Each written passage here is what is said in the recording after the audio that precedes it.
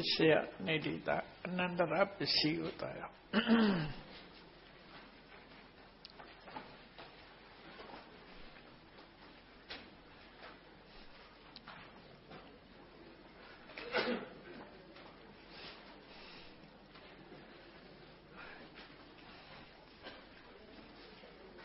အနန္တရပစ္စည်းလေးကိုဖတ်ကြည့်လိုက်ပါကဲ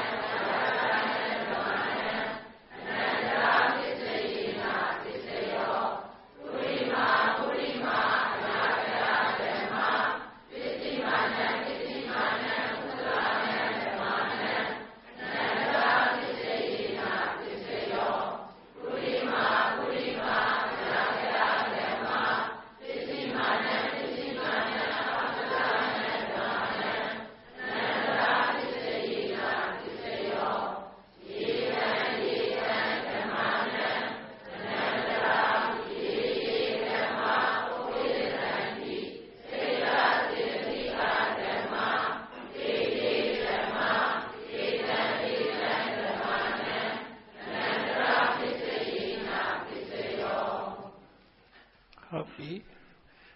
နန္ဒရပစ္စည်းဆိုတာဝိထိပဲဝိထိရဲ့အခြေခံနန္ဒရပစ္စည်းပဲအဲ့ဒါလေးကိုအာယုပြုပြီးပင်စဒရဝိထိမှာသက္ခုဒရဝိထိဆိုတာကြည့်လိုက်တော့အလုံးသိပြီးသားဖြစ်တဲ့အတိုင်းပင်စဒရဝိဇ္ဇံသက္ခုဝိညာဉ်တံလေးဆိုင်တန်ဒီနတ္ထိရှင်သွားတာနော်အဲ့တော့သူကသက္ခုဝိညာဉ်ကနေစပြီးတော့ဒီအပိုင်းလေးကိုပြောမှာအလုံးပြောလိုက်ရင်ဝိထိစဉ်တစ်ခုလုံးပြီးသွားမှာပဲနော်ဝိထိစဉ်တစ်ခုလုံးပြီးသွားမှာအဲ့တော့ဝိထိလေးကိုခြားကြည့်ထားလိုက်ဝေအတိတဘွေနဲ့ဘွေငါဆလနာဘွေကိုပြည့်စေတာထားလိုက်အောင်အတိတဘွေဘွေငါဆလနာဘွေကိုပြည့်စေတာပြီးတော့သက္ခုဝိညာဉ်ပစ္စဒနာဝိဇံသက္ခုဝိညာဉ်တမ္ပတိဆိုင်တန်တိရဏဝုထောသော9ကြိမ်မြို့2ကြိမ်ဘဝင်အဲ့ဒီပုံစံလေးကိုခေါင်းထဲမှာမှတ်ထားပြီဒီမှာဘယ်ဟာနဲ့သက်ဆိုင်လဲဆိုတော့ကြည့်အောင်နော်အခုသက္ကုဒရဝိထိနဲ့စပြီးပြောမလို့သက္ခုဝိညာဏဓာတုတံတံမြုတ်တကာသဓမ္မာသက္ခုဝိညာဏဓာတုက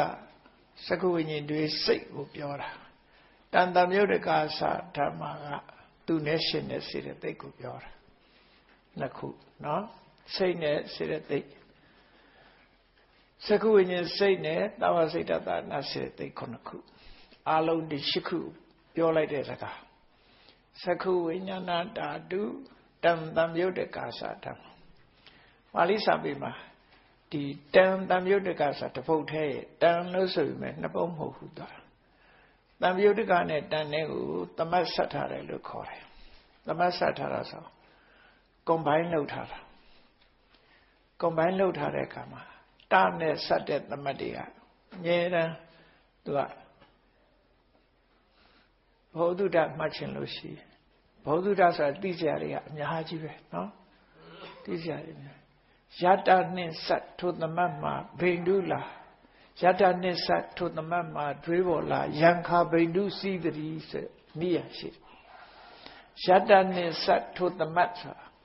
ရာပုံနဲ့ဆက်တဲ့သမတ်ပုတ်တပုံနဲ့ဆက်တဲ့သမတ်ပုတ်ဥပမာမယ်ဒီရနဲ့ဆက်ပြီးတော့ပြောမှာယက္ခရုကာတို့ရနဲ့ဆက်ပြီးတော့သမတ်ပုတ်တွဲလိုက်တာတစ်ပုတ်ထဲနဲ့ယံဂရုကာတို့တံဂရုကာတို့တို့ပြောတဲ့နေရာမှာယတနဲ့ဆက်ရရဲ့တရဲ့ဒီနှစ်ခုနဲ့သမတ်ဆက်ပြီးဆိုရင်နဲ့ပုတ်တွဲပြီဆိုရင်နောက်ပုတ်ကိုဒွေးပေါ်လာရင်လာလိုက်ဒါမှမဟုတ်ယက္ခရုကယဘဟုလာနဲ့သုံးတာနောက်ပုတ်မှာနှလုံးစင်လောက်ရနော်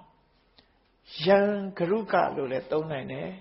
သို့မဟုတ်ခါငယ်ကိုနှလုံးစင်ပြီးယက္ခရုကလို့လည်းသုံးနိုင်တယ်ဒီလိုဆိုလို့သမတ်ယတနှင့်ဆက်ထိုသမတ်မှာဒွေးပေါ်လာဒွေးပေါ်ဆိုတာနောက်အလုံးကိုနှစ်ခုဆင်လိုက်လို့ပြောတာနှလုံး double နှစ်ခုလောက်ရမယ်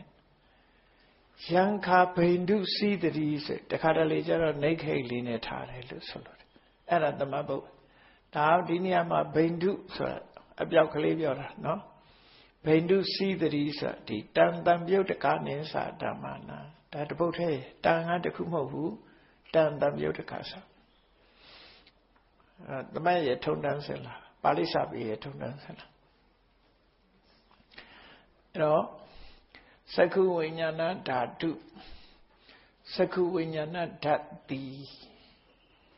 အဲ့ဒီသက္ခုဝိညာဏဓာတ်တိလည်းကောတံတံမြုတ်တကာသဓမ္မာတံဆိုတာသက္ခုဝိညာဉ်စိတ်လေးကိုရည်ညွှန်းတာထိုသက္ခုဝိညာဉ်စိတ်နဲ့ရှင်တဲ့စေတသိက်တို့သည်လည်းကောအဲ့ဒါပစ္စည်းကိုပြောတာဒီနှစ်ခုကသက္ခုဝိညာဉ်စိတ်ရဲ့သူနဲ့ရှင်တဲ့စေတသိက်တရားတို့ဟာမနောဓာတုယာတံတံမြုတ်တကာနိသဓမ္မနာဒီမှာလဲနှစ်ပိုင်းလာတာမနောဓာတ်နဲ့ထိုမနောဓာတ်နဲ့ရှင်တဲ့စေတသိက်တရားတို့အားအနန္တရပစ္စေနာအနန္တရပစ္စတတ္တိဖြင့်ပစ္စယောကျေစုပြုရတယ်ဟောဒီဝိထိစဉ်နဲ့ပြောလို့ရှိရင်ရှင်းတော့ပဲ ရှင်းတော့ဆိုတော့သက္ကဝိညာဉ်စိတ်ပြီးရင်ဘယ်သူလာတော့ဒါကြောင့်မို့မနောထကတင်းညိုမှာဗိဓမထသင်္ကအခြေခံသင်ငယ်တုန်းကမနောထကပဲနှစ်ခုရှိတာပင်စတရဝေဇံရဲ့တမ္ပတိဆိုင်တွေပင်စတရဝေဇံနဲ့တမ္ပတိဆိုင်တွေသုံးမျိုးရှိတဲ့နဲ့ဒီနေရာမှာတမ္ပတိဆိုင်နေယူတာရှင်းတော့သက္ကဝိညာဉ်စိတ်ရဲ့နောက်မှာတမ္ပတိဆိုင်ပဲရှိတယ်ပင်စတရဝေဇံမရှိဘူးဒါကြောင့်မယူဘူးဆိုပြောတာသိတာလေနော်နာမည်တော့ပါတယ်ပါနေပြီမဲ့သူမဟုတ်ဘူးဒီနေရာမှာပိဿရဝိသတမ္ပတိဆိုင်မဲ့ယူရမယ်ရှင်းတော့သက္ကဝိညာဉ်ဟာရှေ့တမ္ပတိပိဿရမနောဓာတ်ကနောက်အဲ့တော့သက္ကဝိညာဉ်စိတ်ရဲ့နောက်မှာရှိတဲ့စိတ်ဟာတမ္ပတိဆိုင်တာဖြစ်တယ်တမ္ပတိဆိုင်တာဖြစ်လို့တမ္ပတိဆိုင်ဆိုတဲ့မနောဓာတ်ပဲယူရမယ်အနစတုဒါနော်သဘောပေါက်နားလဲရတဲ့ဟာတခုပိဿရဝိဇံကိုဘာကြောင့်မယူရတော့ဆိုရင်သူ့နောက်ကမှမဟုတ်တာသူ့ရှေ့ကနန္ဒတတ္တိနဲ့ကျေစုပြုလို့မရဘူးရှေ့ကနေနောက်ကိုသွားမှာနောက်ကနေရှေ့ပြန်လာကြတော့ပစ္စသတ္တပစ္စည်းဟုတ်လားပါနော်အဲ့ဒါကြောင့်အဲ့ဒီဝိထိစင်လေးကိုကြည့်ဆိုလိုက်လို့ရှိရင်သက္ကဝိညာဏဓာတုတဏ္ဍမြေတကသာဓမ္မမနောဓာတုယတဏ္ဍမြေတကနိသာဓမ္မနနန္တရပစ္စေနာပစ္စယောနောက်တစ်ခါမနောဓာတုတဏ္ဍမြေတကသာဓမ္မမနောဝိညာဏဓာတုယလို့ဆိုမနောဓာတ်ဆိုရင်ခုနလိုပဲဒီအမည်နဲ့အားဖြင့်ပြောမှဆိုနှစ်ခုရှိတယ်ပစ္စဒရဝိဇံရဲ့တမ္ပတိဆိုင်ရဲ့အမည်နှစ်ခုရှိတယ်ဒါဖြင့်ဒီမနောဓာတ်ဒီမနောဝိညာဏဓာတ်အားဆိုတော့ပင်စတရဝိဇ္ဇာဆိုတဲ့မနောဓာတ်ကကျေစုပြုတာကမနောဝိညာဏမဟုတ်ဘူးသက္ခုဝိညာဏဖြစ်နေတယ်သောတာဝိညာဏဖြစ်နေတယ်ခန္ဓာဝိညာဏဆိုအဲ့ဒါကြောင့်ပင်စတရဝိဇ္ဇာဆိုတဲ့မနောဓာတ်ကိုယူလို့မရဘူးတဲ့ဒါလည်းအနစတုပဲဒီလိုသဘောပေါက်အောင်မနောဓာတ်လို့ပြောလိုက်ရင် तू ကကျဲမနေဘူးလားမနောဓာတ်ဆိုတော့၃ခုရှိတာဆိုတော့၃ခုလုံးယူရမလို့ဖြစ်နေဒါပေမဲ့နောက်ကဟာကြည့်လိုက်တော့မနောဓာတ်ဒီမနောဝိညာဏဓာတ်အားလို့ဆိုပစ္စတရဝိဇ္ဇံဆိုတဲ့မနောဓာတ်ရဲ့နောက်မှာမနောဝိညာဏဓာတ်မရှိဘူးဘယ်သူရှိတော့သက္ခုဝိညာဏသောတာဝိညာဏကာဏဝိညာဏစီဝဝိညာဏကာဝိညာဏပဲရှိတယ်မနောဝိညာဏမရှိဘူးဒါကြောင့်မို့လို့ဒါပစ္စတရဝိဇ္ဇံမဖြစ်နိုင်ဘူးဒါပြင်တမ္ပတိဆိုင်ဆိုတဲ့မနောဓာတ်ရဲ့နောက်မှာဘယ်သူရှိတယ်တန်တိရဏတန်တိရဏသည်မနောဝိညာဏပဲဒါကြောင့်လို့မနောဝိညာဏဆိုတိုင်းအကုန်ယူရတာမဟုတ်ဘူးသူ့နောက်ကကာယလေးပဲယူလို့ရတယ်ဒါအရာကောက်တော့အဲ့ဒါလေးတွေကိုကောက်ပြတာစကလုံးကကြီးနေတယ်ယူတာနဲတယ်စကလုံးကအားလုံးကိုပြောလိုက်တာဖြစ်နေတယ်နော်အဲ့ဒါလေးကိုသဘောပေါက်ဖို့ပေါ့ရှင်းတော့ဆင်းနေဝိထိစင်လေးသိရင်သဘောပေါက်ပါတယ်သက္ခုဝိညာဉ်တမ္ပတိဆိုင်တန်တိရဏဒီပိုင်းလေးပဲပြောတာခုဟာအနန္တရတ္တိသက္ခုဝိညာဉ်စိတ်ကတမ္ပတိဆိုင်ကိုတမ္ပတိဆိုင်ကတန်တိရဏကိုအနန္တရတ္တိနဲ့ခြေစုပြုတယ်သက္ခုဝိညာဉ်သည်သူ့နာမည်အတိုင်းသက္ခုဝိညာဉ်ပဲတမ္ပတိဆိုင်ကိုဒီပဋ္ဌာန်းမှာမနောဓာတ်လို့ခေါ်လိုက်တယ်ဟုတ်ကဲ့လားတမ္ပတိဆိုင်ကိုမနောဓာတ်လို့ခေါ်လိုက်တယ်တန်တိရဏကိုမနောဝိညာဏဓာတ်လို့ခေါ်လိုက်တယ်အဲ့ဒီအခေါ်လေးနဲ့သူတွဲပြီးတော့မှတ်ဒီလိုဆိုလို့ရပေါ့နော်ဒါအဲ့ဒီပိုင်းကဏ္ဍလေးပြောလိုက်တယ်လို့ပဲနောက်ကသောတာဝိညာဏဓာတုတန်တမြေတကသာဓမ္မမနောဓာတုယဟောဝိထိပြောင်းလိုက်သောတာဝိညာဉ်တမ္ပတိဆိုင်တန်တိရဏနောက်အောက်တစ်ခုခန္ဓာဝိညာဉ်တမ္ပတိဆိုင်တန်တိရဏစီဝဝိညာဉ်တမ္ပတိဆိုင်တန်တိရဏကာယဝိညာဉ်တမ္ပတိဆိုင်တန်တိရဏဟောတာပြီးသွားအဲ့ဒီအခန်းလေးကုန်ပြီးသွားပြီပစ္စတရဝိထိမှာကုန်ပြီးသွားတယ်ဝိထိရှင်လေးအတိုင်းပဲသူပြောတာဒါပေမဲ့အများကြီးကြံနေတယ်အများကြီးကြံနေတယ်ဇောတွေကြံနေသည့်အတွက်ကြောင့်အခုတန်တိရဏထိအောင်ပြီးလာပြီနော်တန်တိရဏကဝုတ်ထောကိုမပြောရသေးဘူးဝုတ်ထောကနေဇောကိုမပြောရသေးဘူးဇောကနေဇောတရားယုံနေမပြောရသေးဘူးဝိထိရှင်မှာကြံနေတယ်အဲ့ဒါတွေကိုဖော်ဝေရအတွက်ပ Purima Kudala Dhamma Pisimana Kudalana Dhammana Nandara Pisila Pisio Kera Jaro Soga ni Shigale Kudu Nogale Kudu Sui Patamazodi Kudu Dudiazo Sadia Akono Kudu Rijibe Oh Taja Sorim Seta Akonumbida is Okona Kudre Kudu Zokona Kudre Gombida no Now the card, the Kudu Soga Nibi, no by my Darayo Sure, Abiagadala Shide, Pawin Sure, Biagadala Shide, Darayo Pisi, Pawin Pisi, Nakuzalonga Abzagadabe. Edo, Era Degababiolet, Purima, Kutala, Dhamma, Pisimana, Abiagadana, Era Pagu Biorado. Tatamezoga Nebiro, Darayo, Tatamezoga Nebiro, Pawingo, Dio Biolata. Can we teach her Daraso Navi? Pachanile, Chana Leudri. Agudus of Yola Omega Biro Chana Chia. Purima, Agudalada.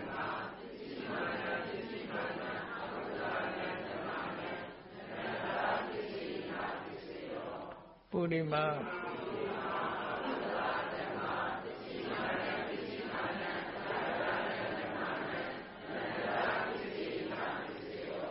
Agudu Sogu, Sogo Netebida. Agudu Soga, Darayo Nebuingo, Abjada, Dabidari. No? Nanaka, Purima.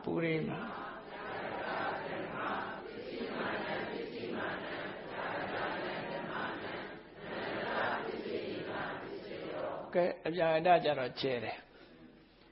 Poinga Salena the Jada Hotala Maula. Poinga Salena, Poingu Piseda, Piroya, Pensada, Wesa. Pound down like Purima, Jada, Dama, Bisimana, Jada, Namana. Adida Bawe, Poinga Salena, Poingu Piseda, Pidaya. Mano Pinsada Wesa. Pinsada Wesa and Naumaro, Conapio with Hapsetari. Jayadapse Bimeno. Jana Arajani did. Now the car, Tandi and Nane Woto, Bale. Kona Jani did. Tandi and Nane Wotoga, Bane Baro. Tandi and Naga, Abjagada, Wotogale, Abjagada, Erayoma Baula. Hola. Era le ditema wind wavi. That's all. Women don't like ditema. Eras a witty common. Some women are meal gone. Pali tabi yebia. Pebali do. When Asana, when Ubisera, Gani. The Sada always Nandra Dadina Jesus of Pebali up your ado. Do up your no? Now Tandirana will also do up your head also, do up your head. Get her in Lalas, Makadi, Yagada, sorry, Janade. Korea, sorry, Jay, do up to Roger. Now Purima, Jagada, Dama, Bisimana, Jagada, Damana, so do up Yajibe. Sorry, lay yare, Kona, Otoa song, Dora lay yare, no? Soga Nebiro, Pegodorado Kriya Soga Ne, Tarayo, no, Powin, no, Dora Leveya. Tua Ayat Rogere, Drosolore. Get now the coup, your life. Purima, Ayagata.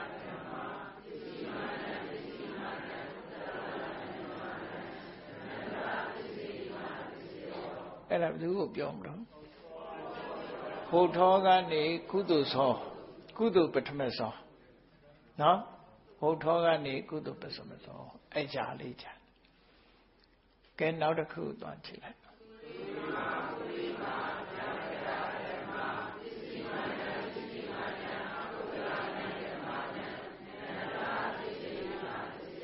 And I'm doing to Tomaro. Who told him no that I was sending us all Toma? How can I? But I'm as old Dora. And ဒါတွေပေါင်းလိုက်တဲ့အခါကျတော့ကဲဝီချီကြီးတစ်ခုလုံးကကုန်မသွားဘူးလားကုန်သွားပြီဝီချီစင်ကဘယ်ရတာတော့ပဋ္ဌာန်းကရတာလို့ပဲပြောမှာဝီချီစင်ချပြတာတရားတွေရတာရှေ့ကနေရှေ့စိတ်တွေကနောက်စိတ်တွေကို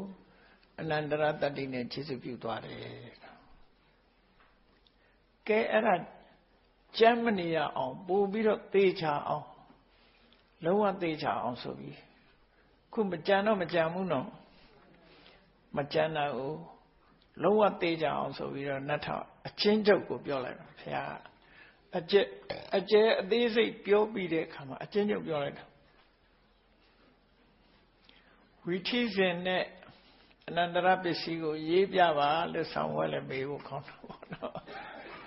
ဝီထိစဉ်နဲ့ဆိုရင်ဘုရားစာရေးလို့ပုရိမာအဗျာယတာဓမ္မာပစ္စည်းမာနပစ္စည်းမာဇာယတာနာဓမ္မာဒီလိုရေးရမှာပဲเนาะရှင်းဟာတွေမရေးတော့မှသူတစ်ခုနဲ့တော်တော်ကုန်သွားပြီဟုတ်ကဲ့လားသကုဝိညာဏဓာတုတို့လည်းသူ့ထဲမှာပါတယ်အကုန်လုံးသူတစ်ခုနဲ့အကုန်ပါသွားနိုင်တယ်အများကြီးတော့ဒါတော်တော်ပြည့်စုံတာအဲ့တော့နောက်သေးချအောင်လို့ဆို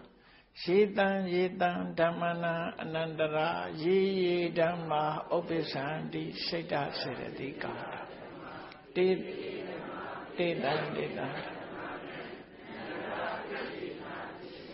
အနန္တရပစ္စည်းဆိုတာဘာဆိုတာကိုအချင်းချုပ်မြတ်စွာဘုရားပြောပြတာဘယ်တရားပဲဖြစ်ဖြစ်မြည်သည့်တရားပဲဖြစ်ဖြစ်အဲ့ဒီတရားရဲ့နောက်မှဖြစ်တဲ့အဲ့ဒါကြတော့ကန့်တတ်လိုက်တယ်စိတ်စေတသိက်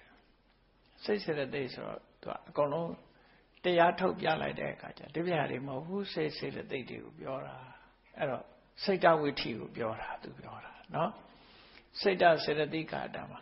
ဘာလို့လဲဆိုတော့စိတ်ဖြစ်စဉ်ကြီးတစ်ခုဟာသူကနှစ်ခုဖြူသွားတယ်လို့တခါမှမရှိဘူးစိတ်ဟာတစ်ခုချင်းပဲသွားတာတစ်ခုပြီးမှတစ်ခုသွားလို့ရတယ်သို့တော့သူ့ရဲ့အစဉ်တန်းကြီးဟာမပြတ်တဲ့အစဉ်တန်းကြီးဖြစ်လို့ဒီဂျားကာလကိုသိဖို့ဆိုတာအလုံးကိုခဲရင်တယ်ဂျားမရှိတော့အောင်ဆက်ဆက်နေတယ်လို့သူတို့ပြောတာအခုဒီမီးထွန်းနေတာမီးလင်းရောင်ကိုပြောမယ်ဆိုလို့ရှိရင်တစ်ဆက်တည်းလင်းနေတယ်လို့ထင်တယ်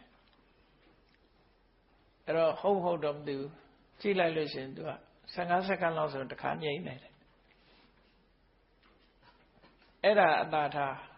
ကိုယ့်မျက်စိကဒီအလင်းကိုအမြဲတမ်းမြင်နေရတာမဟုတ်ဘူးမျက်တောင်ခတ်လိုက်ရင်မှောင်သွားတာသိလားအဲ့ဒါမှောင်သွားတယ်လို့မထင်ဘူးနော်မျက်တောင်ခတ်လိုက်ရင်ဘာမှမမြင်ဘူးအဲ့ဒီအချိန်လေးကမမြင်တဲ့အချိန်လေးရှိတယ်စုထားလိုက်မယ်ဆိုရင်မမြင်တဲ့အချိန်လေးအများကြီးရသွားမယ်နော်နည်းနည်းစုထားလိုက်မျက်တောင်ကခတ်နေတာပဲသူကလူတွေကမျက်တောင်တစ်ချက်ခတ်လိုက်ရင်မှောင်သွားပြီမျက်တောင်တစ်ချက်ခတ်လိုက်မှောင်သွားမမြင်ရတော့အဲ့မမြင်ရတာကိုမြင်ရလားလို့ဆိုမမြင်ရတာကိုမြင်ရဘူးမသိလိုက်ဘူးလို့ဆိုလို့ဟုတ်လား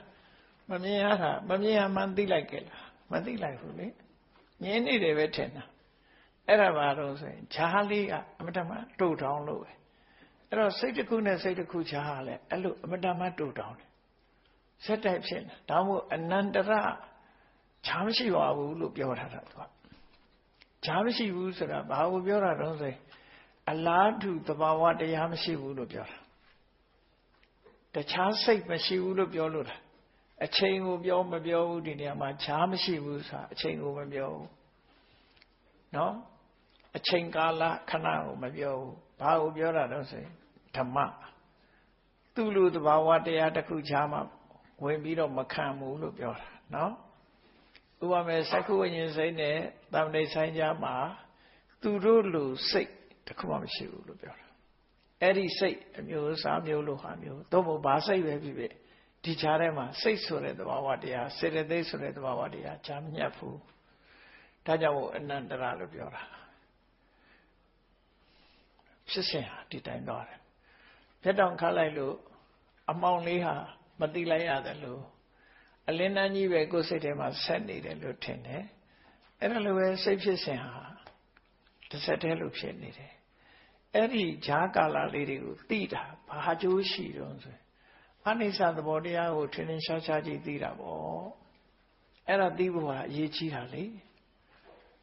နိုးဆိုရင်မနေ့ကငါဒီကနေ့ငါနေ့ပြင်ကလည်းငါနောက်အနည်း80လောက်ငါကြတော့သွားကျိုးပကျိုးတွေဖြစ်ကုန်အဲ့ဒီငါကြတော့မှ different ဖြစ်သွားတယ်အလုံးကွဲပြားခြားနာသွားပြီနှစ်30လောက်ကြတော့ဟုတ်လားကိုယ့်ကိုယ်တော့မှငယ်ငယ်တော့ငါယုတ်ကမရှိတော့ပါလားတကယ်ကတော့ဒီကနေ့ငါနဲ့နေ့ပြင်ကငါတူမှမတူတာ copy မို့ copy တွေပဲကြံတယ်အိမ်ပြန်ရင်လူမတွေ့တော့ဘူး copy ပဲတွေ့မှသွားဒီမှာနေတဲ့ရုပ်တွေမဟုတ်တော့ဘူးအိမ်ပြန်ရင်အဲ့ဒါနောက်ရုပ်တွေကြီးပဲခေါ်တယ်အဲ့လိုသာမှတ်ထားပြီတော့ဟိုကြရင်လာနှုတ်ဆက်ရင်ငါမဟုတ်ဘူးငါကကြံရင်ပြီမရှိတော့မင်းထင်လွဲနေတာအဲ့ဒါပြီးခဲ့ပြီမရှိတော့ဘူးသင်္นานမတက်ခင်ကလာခဲ့တဲ့ငါလည်းမရှိတော့ဘူးဒီမှာသင်္นานတက်တာငါမှမဟုတ်တာအတိတ်ဖြစ်နေပြီလေအတိတ်ဖြစ်နေတော့လဲတစ်ခုနဲ့တစ်ခုက link ရှိတယ်ဆက်ဆက်နေတယ်ဆိုတော့အဲ့ဒါ process အနေအချင်းပတ်သက်နေကြတာဒါကြောင့်မို့နာဆတော့နာဆအင်ညောဆိုနောက်ဘဝတွင်ပြောတာမဟုတ်အခုလဲနာဆတော့နာဆအင်ညောလုံးဝတူတာမရှိဘူးလေလုံးဝတူတာမဟုတ်တော့နော်အဲ့တော့ပုံစံလေးသိပ်မပြောင်းရင်တော့တူတယ်ထင်ကြတာပေါ့နော်အနည်း50လောက်ဆိုရင်သွားပြီမှတ်မိတော့လေမှတ်မိတော့ဓာတ်ပုံလေးတွေရိုက်ပြီးတော့ထားပေါ့ဘယ်တော့ငါချက်ချင်းကြီးအိုသွားတာမှမဟုတ်ပဲနဲ့နေ့တိုင်းအိုနေတာနည်းနည်းချင်းအိုနေတာလေနည်းနည်းချင်းအိုနေတော့ကြွယ်ပြချမ်းသာမှုလူတွေကမသိလိုက်တာပေါ့အဲ့ဒါသိဖို့အတွက်မြတ်စွာဘုရားဒါဟောတာမင်းဒီလိုသိဒါဟာအိဋ္ဌမြင်တာပဲလေဟုတ်တယ်မလားဝိပဿနာဆိုတာအိဋ္ဌမြင်မှုဟာအဓိကပဲလေမမြဲဘူးဆိုတာကိုသိမှလူတွေဟာမဟုတ်တာမလုံးမိမှာဒါသိတော့မှဘယ်ရမှာမမြဲပါလားဆိုတဲ့အသိစိတ်နဲ့မမြဲတဲ့ထဲကတမိုးရှိတဲ့အရာငါလုံးဝဖြစ်မယ်ဆိုသိစိတ်ဝင်လာနော်အဲ့လိုဖြစ်တာကဲဒါပဋ္ဌာန်းကအရာကောက်ကလေးကိုကြည့်အောင်ကဲအဲ့ဒါတော့ဒီတိုင်းကြည့်ုံပဲကြည့်တာပေါ့နော်သက္ကုဝိညာဏဓာတုယတံတဝိဒကသဓမ္မာဆိုတဲ့ကတ္တပဖြစ်သက္ကုဝိညာဉ်တွေသဝစိတ်တတနာစေတသိက်9ခုတွေဒါသိပြီးပြီဟုတ်လားမနောဓာတုယတံတဝိဒကနိစ္စဓမ္မနာဆိုတဲ့တမ္ပရံပတ်ဖြစ်ကြည့်တမ္ပတိဆိုင်တွေဟုဆိုတော့မနောဓာတ်တမ္ပတိဆိုင်တစ်ခုပဲယူတယ်နော်သန္နဝိရိယ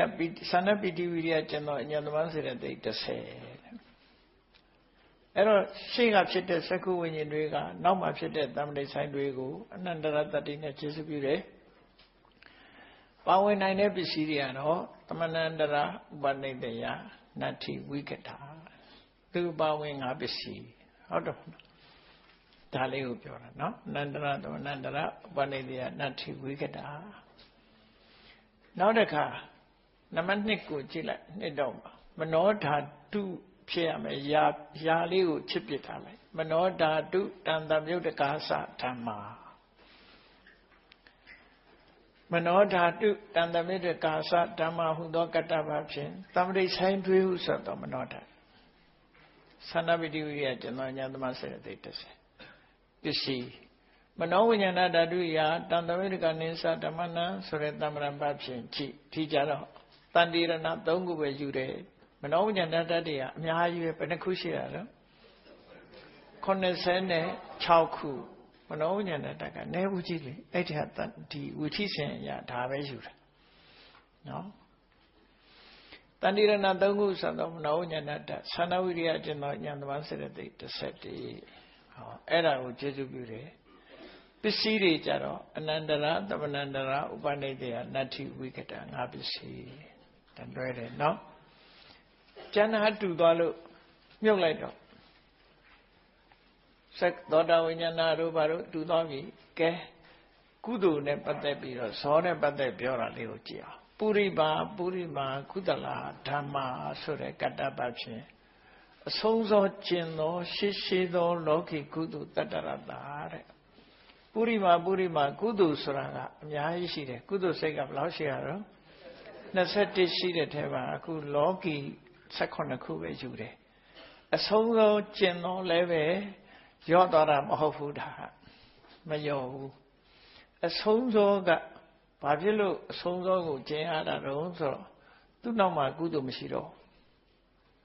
နော်သူကကုသိုလ်ကနေကုသိုလ်ကိုကျေစုပြုရမှာဆိုတော့နောက်ဆုံးကုသိုလ်ဇောရဲ့နောက်မှာကအပြာကတပဲဖြစ်သွားပြီလေအဲ့ဒါကြောင့်သူ့ကိုကျင့်လိုက်တာဒါအနစတုဘုရားထည့်ပြီးတော့ဒါမပြောဘူးအရာကောက်ဆရာကြီးတွေထည့်လိုက်တာဆရာတော်ကြီးတွေထည့်လိုက်တဲ့စကားဒါ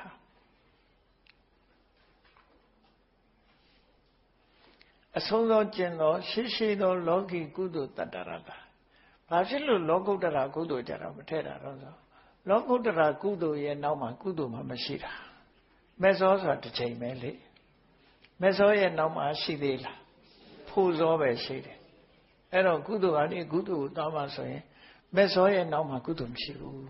လောကုတ္တရာကုသိုလ်ဇောရဲ့နောက်မှာကုသိုလ်မရှိဘူးဟုတ်ကလားဇက်တိုက်ကိုပြောတာနော်အဲ့ဒါကြောင့်မလို့လောကီတင်ယူထားတာဒါကိုသဘောပေါက်အောင်နော်ရေးတဲ့အခါကျတော့မြတ်စွာဘုရားကတော့လုံးပြီးဟောလိုက်တယ်အဲ့ဒါပုရိမာကုသရဓမ္မပစ္စည်းမာနကုသရဓမ္မနတ်တွေကတော့ညံထက်တယ်နတ်တွေကညံထက်တော့သူသဘောပေါက်တယ်ဖြစ်နိုင်တာပဲယူအောင်နော်ကုသိုလ်ဆိုတာအကျယ်ကြီးပဲလေလောကီရောလောကုတ္တရာရောကုန်ဒါပေမဲ့ဒီနေရာမှာလောကုတ္တရာကုသိုလ်မပါဘူးဆိုတာအနစတုပစ္စည်းမာနကုသရဏဓမ္မနာဆိုပထမဇောကျင့်သောဆိုပထမဇောရဲ့ရှေ့မှာကုသိုလ်မရှိဘူးဟုတ်သောဆိုတာအပြာကတနောက်ထပ်ဝိဇ္ဇံဆိုတာအပြာကတအဲ့ဒါကြောင့်ဘုလို့ပထမဇောကျင့်သောလို့ပြောတာနောက်သောကုသိုလ်ဇောဧကဝိတာပစ္စုပန်ကြတော့အကုန်လုံးကုသိုလ်ဇောတွေအကုန်လုံးယူလိုက်တယ်နော်နောက်ဖြစ်လို့ရတာကိုဘာလို့လို့ဆိုမေဇောရဲ့ရှေ့မှာကုသိုလ်ဇောရှိတယ်လေ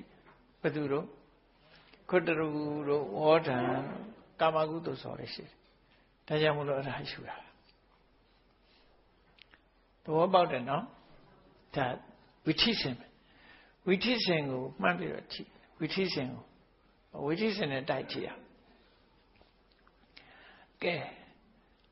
နောက်တစ်ခုကဘာတော့ပုရိမာ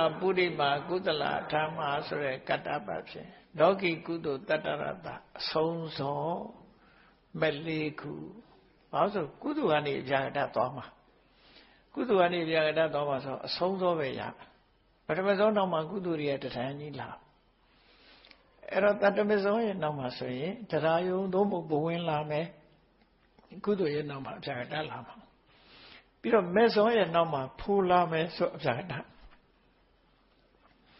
ကြောင့်မို့လို့လောကီကုသိုလ်တတ္တရတအဆုံးစောလောကုတ္တရာကျတော့မေဇောဟုတ်ကလားတို့ကြတော့မေဇောအဲ့ဒါပစ္စည်းတရားပစ္စည်းမာနအဗျာဒနာဓမ္မနာဟုသောတမ္ပပဖြင့်တန်တိရဏ3ခုမှာဝဲစိတ်8ခုမဲကုတ်ပဲ9ခုဖိုး4ခုအဲ့ဒီမှာတန်တိရဏ3ခုမဟာဝဲစိတ်8ခုဆိုတာဘာကိုရည်ညွှန်းလိုက်တာတော့အဗျာဒတော့ဟုတ်တယ်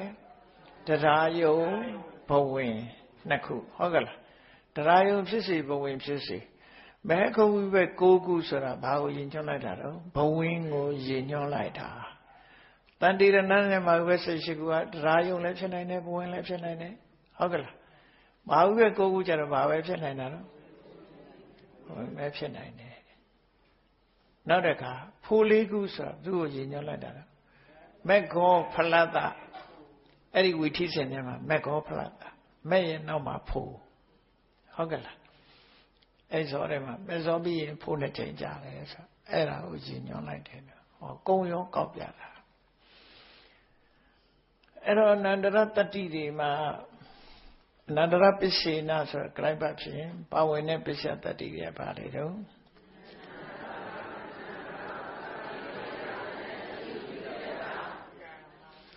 ဒါပြိုင်လူရတာလေးကိုပြောလိုက်တာနော်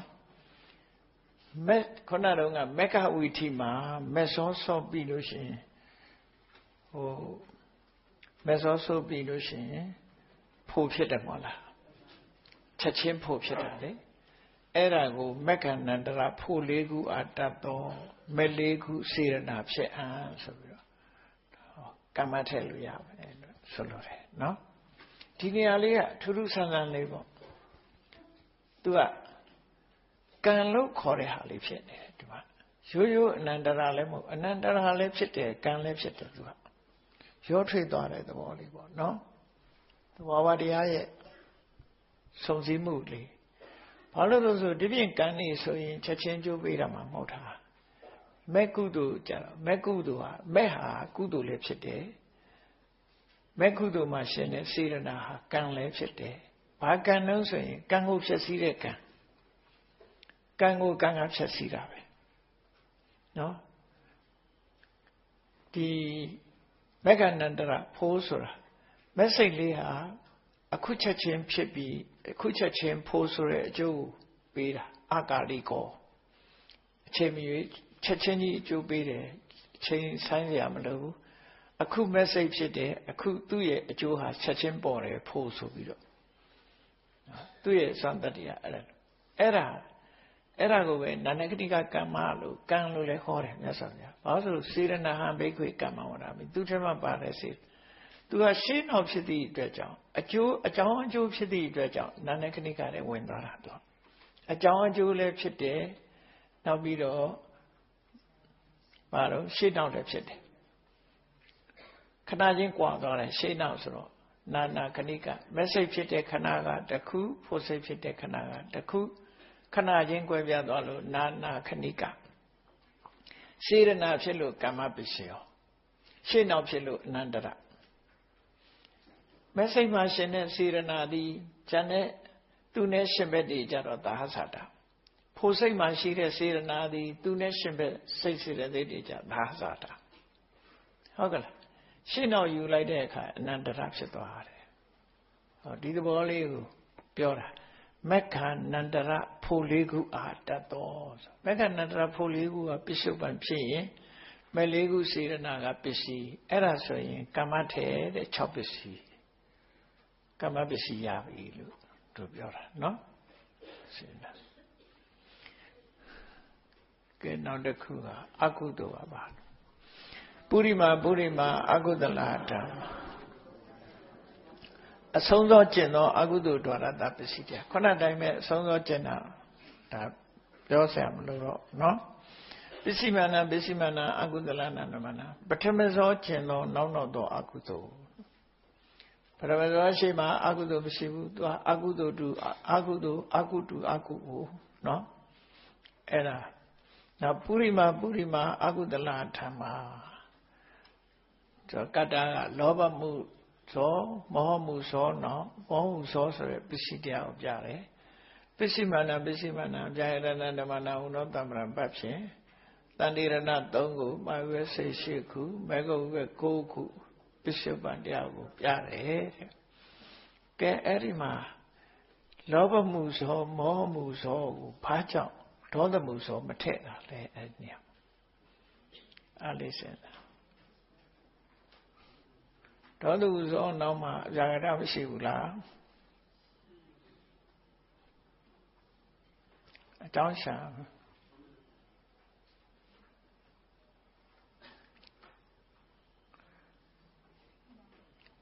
ဒေါသမှုလည်းဇောရှိတယ်မဟုတ်လားဘာဖြစ်လို့ဒီမှာကြတာလားမပါတာလားစာကြတာနော်စာကြသလားကြည့်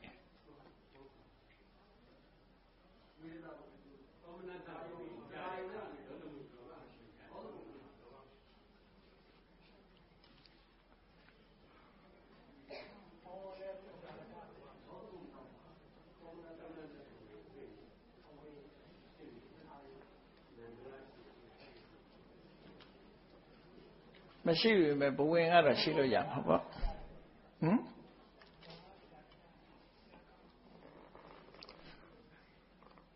Purima, Agudala Dhamma, Pisimana, Abhyagdana Dhammana, Noga Abhyagdapyame, Shiga Aguduso. I know ma. Okay. See ya.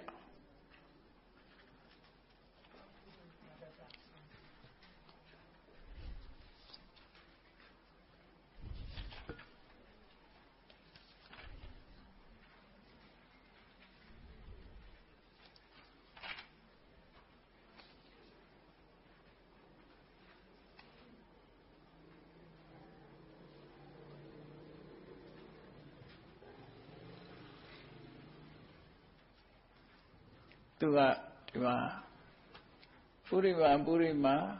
Agudala Dhamma, Pisimana, Agudalana Dhammana, Taro Sheneta, no? Taro Shemi, Purima, Agudala Dhamma, Pisimana, Purima, Agudala Dhamma, Pisimana, Jayadana Dhammana, Edma.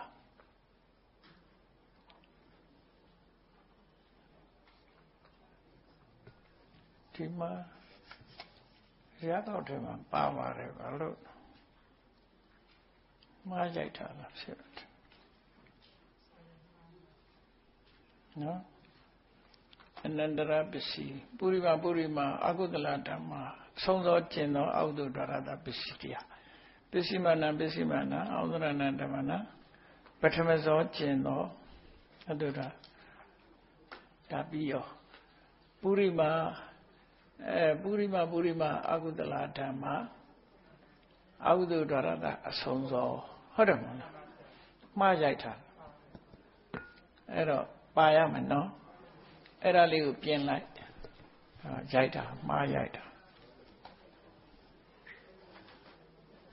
Era Balu Piamero, so Purima, Agudala Dhamma, Katapapshin, Subiro, Tatanigari, Toja meet it.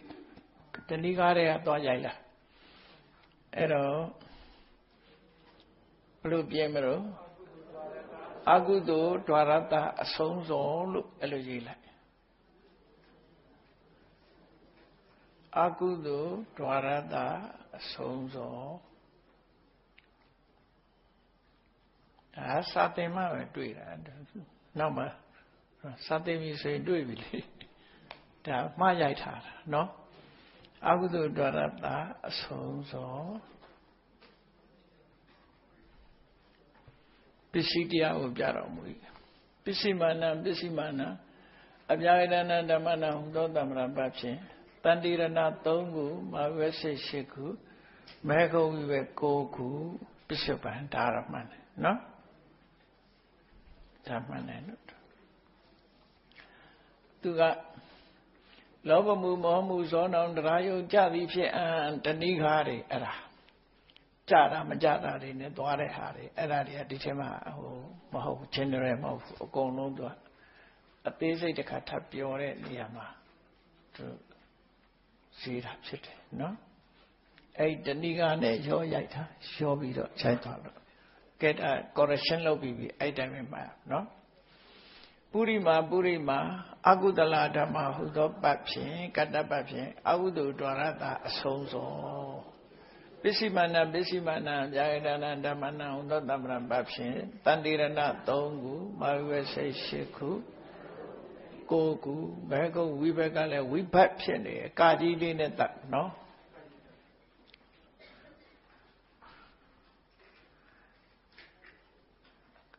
Katako, Tata Deep Sendiri.